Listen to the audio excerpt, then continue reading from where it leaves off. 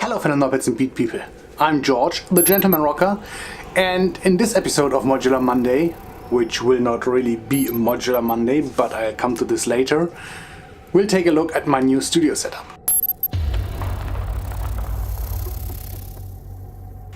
So as you have seen, I've not uploaded a lot of videos in the last time, and that's because I really take the over Christmas New Year time to reevaluate what I'm doing, and Modular Monday will not be Modular Monday anymore starting this year.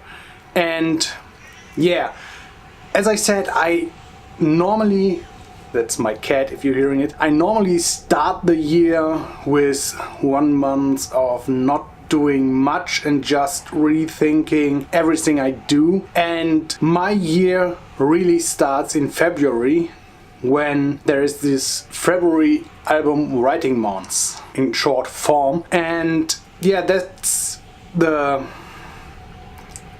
time of the year where I kickstart my creative process and my music making again. And what I will do, or what it's about, is the idea is to write 14 songs, an album, in 28 days. So starting with February 1st, I will start writing a song roughly every 2 days. So I will have 1 day to prepare the song, to build up my pattern. That's how I work, at least. And the other day will be used to get used to this pattern, build some additional stuff like bridges and stuff like that, and then do a demo version of the song. So it will not be a full song. In the last years I mainly did it on my iPad. You can watch the videos about that on my channel, and I live streamed everything, so you really can sit down if there's one song that interests you and see from zero to full song how I've done it. But this year it will be all hardware, and that's where my studio comes in. As I said, I moved here after the summer vacation and I had to renovate the house. That's why my content was a little bit sporadic, and this is my office. So there's my computer for social media stuff, and that's what's in here basically. And over there I will build a studio for another project that will be on another channel, but it will also benefit us, so this channel. And yeah, I will start the new channel next. So when this video goes online, there will be one video on the other channel, so I will link you there in the description down below. But what I will do now is go over there, and I will use my new second camera. And let me just get a picture. So I've started my camera, now I'm there, and I can stop this one and we'll go over to the studio space. So let me stop this and I'll see you there. I see you there. So come with me, it should get a lot of darker. So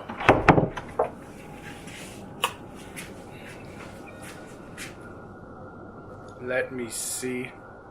Yeah, I'm back. So this is my studio space that I have to rebuild. Right now I've just... Oh, you get a really shady backlight here. So right now I've just put down a lot of stuff there and some new stuff that I will talk about. But yeah, right now this is just storage. I've just put everything in here. Where my computer setup is working, that's where I will cut my videos, and that will be part of the new setup. But I've just put stuff in here, and this, let me take a look if I can get you in the picture. Yeah, this will be my music making station. Let me switch the camera. So as you can see, starting from the bottom, there's my peak. There's a TB03 TR09 and TR08, which will be my drums. So 808, 909 drums, 303 bass, nice poly synth. And if I go over here, of course the lighting is shitty because it's just one lamp, but there you see the mono station, which will have an additional bassish sound, more maybe arpeggio style played. I'm thinking about that. And there's my circuit. Focus on me. What I will add here is the strike fat for some strings 80s style, and I have the MB33, which is 303 emulation, which will be put together with the TB03. I will probably do a video on that on a later episode, but what I'm basically doing is I'm using the MB33 to play the 303, the same melody as the 303, and this way I can put it to more lower, full bottom bass and play the 303 cutoff and resonance without losing this bottom fat. So basically it plays the same, like a sub oscillator, but on the same octave, basically.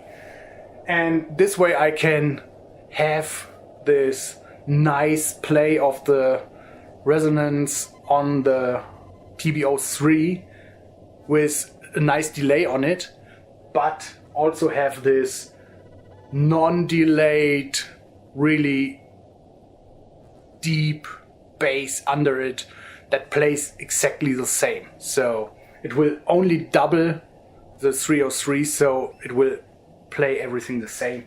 That's how I do my 303 lines and give them a little bit more of this bottom.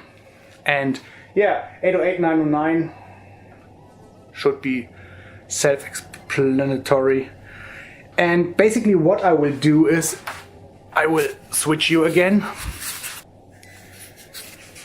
What I got is the 49SL MK3 from Novation, and as you can see, it's not plugged in yet, but what it's basically is, it's a little bit vlog style.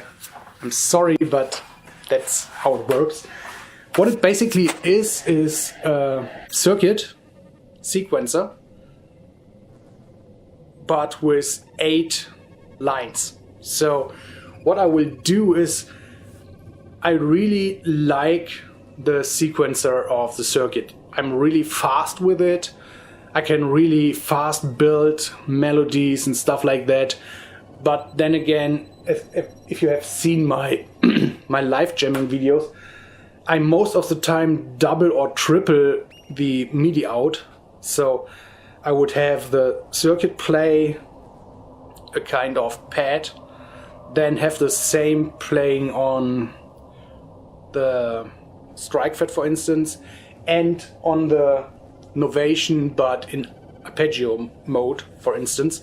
Then I'll have the bass line playing and have the same playing on any other synths, so that I can double this, maybe an octave higher or lower. And I was really thinking about getting another circuit just to have more lines, or even 2. On this keyboard I will have 8 lines, and there will be programmable like the circuit with keys, which is nice.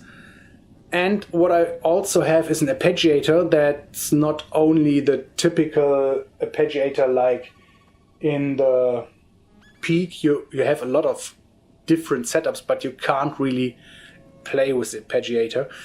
What I really like about the Novation 49SL MK3, which is a really long name, they should have named it something else.